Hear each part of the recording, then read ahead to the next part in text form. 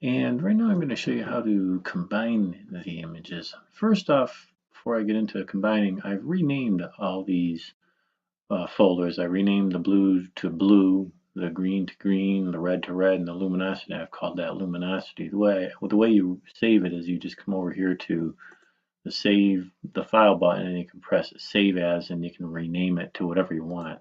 So I've renamed all these images so I know what's going on. Anyways, to combine it, I'm actually going to combine the RGB alone as a separate image, and I'm going to close out the luminosity for now because you don't need to do luminosity. They recommend you do the luminosity as its own separate layer and combine it into the image at a later date. So that's what I'm going to do.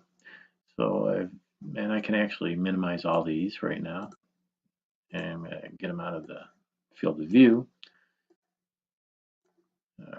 Okay, and I'm going to go into Process, Color Management, and I'm going to press the Color Channel Combination selection, and I'm just going to make sure RGB is pressed.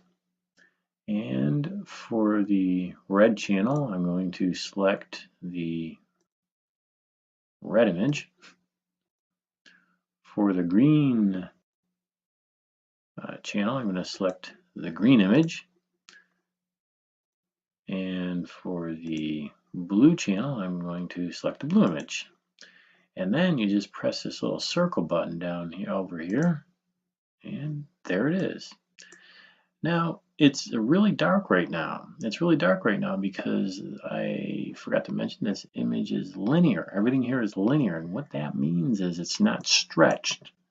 So what I've been doing in order to make this stuff visible is I've been using this screen transfer function, and again, it stretches the image.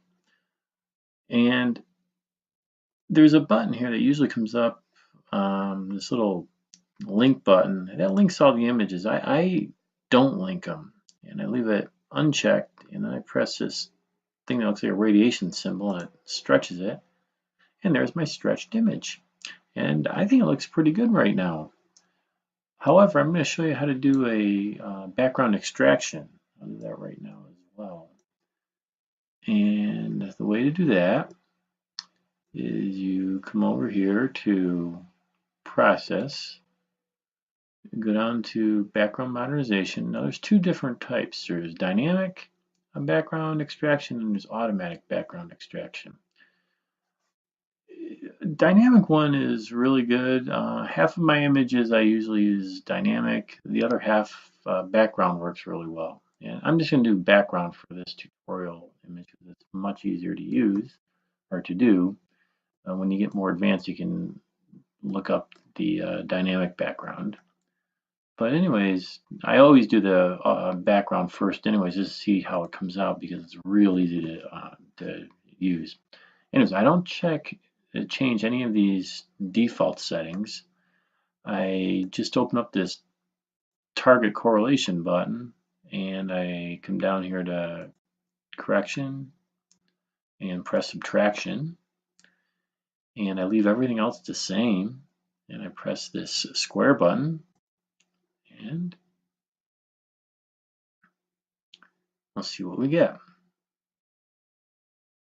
Okay, it makes, I can close this out. Here's the new image, and here's actually the background. Let's see what the background looks like. I'm going to stretch the background, and look at that. It got rid of all those color gradients. And we'll see what this new image looks like. And look at that. Let me minimize this. Get that out of the way, and I can minimize this thing out of the way. And you can see the two images side by side. This one, this one has all that color gradients you can see in it, and this one's all nice and flat. So I think it looks really good right now. Anyways, that was this next part in my PixInsight